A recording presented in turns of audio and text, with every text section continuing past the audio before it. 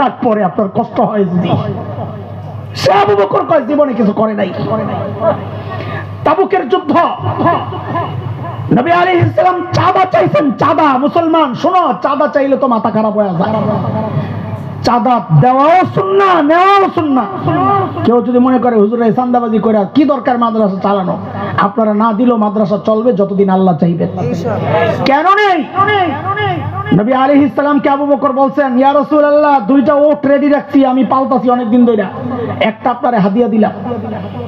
কসওয়া, বুখারীতে অন্য নাম আসছে, একটা জাদান আসছে, যে একটা হাদিয়া দিলাম। কোন কোন বর্ণনা আসছে নবী বলেন না, আমি কিনা নিতে চাই।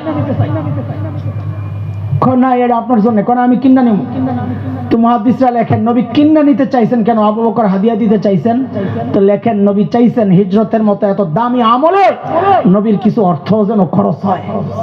আমরা চাঁদা কেন নেই, চলতে পারবো না সেই জন্য না, চাঁদা নেই এই জন্য যেন দ্বীনি কাজে আপনারও একটু সম্পৃক্ততা থাকে, সেই জন্য। না দরকার ছিল না, কার কি ঠেকা। আল্লাহর হাবিব চাঁদা চাইলেন। তাবুকের যুদ্ধ সবচেয়ে কঠিন যুদ্ধ, গজওয়াতুল উসাইরা যাকে বলা হয়তো কঠিন যুদ্ধ। কারণ তিনটা: প্রচন্ড গরমকাল, আবার অনেক দূরের সফর, সেই ইউরোপের কাছাকাছি, রোমানদের বিরুদ্ধে অনেক বাহিনী, সৈন্য তাদের সংখ্যা অনেক, অনেক কারণে কষ্ট বেশি। আল্লাহর হাবিব চাঁদা চাইলেন, কার কাছে কি আছে নিয়ে আসো।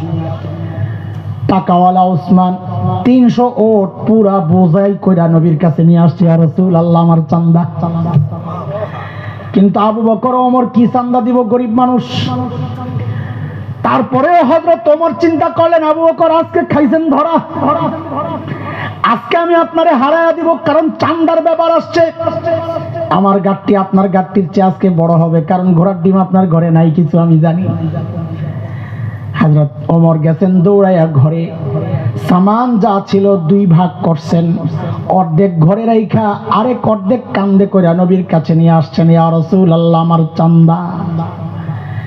আল্লাহর হাবিব হযরত ওমরকে জিজ্ঞেস করতেছেন, ওমর কি নিয়ে আসছেন? বলেন আমার সাথে, কি জিজ্ঞেস করছেন?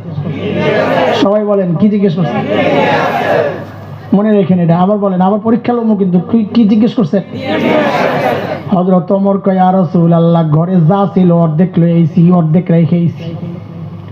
এবার আবু বকরের অপেক্ষা নবীও করেন, ওমরও করেন। আমি বলি এটা হাদিসের শব্দ না, ওমর মনে মনে একটা ভাব লইয়া বইয়া রয়েছে।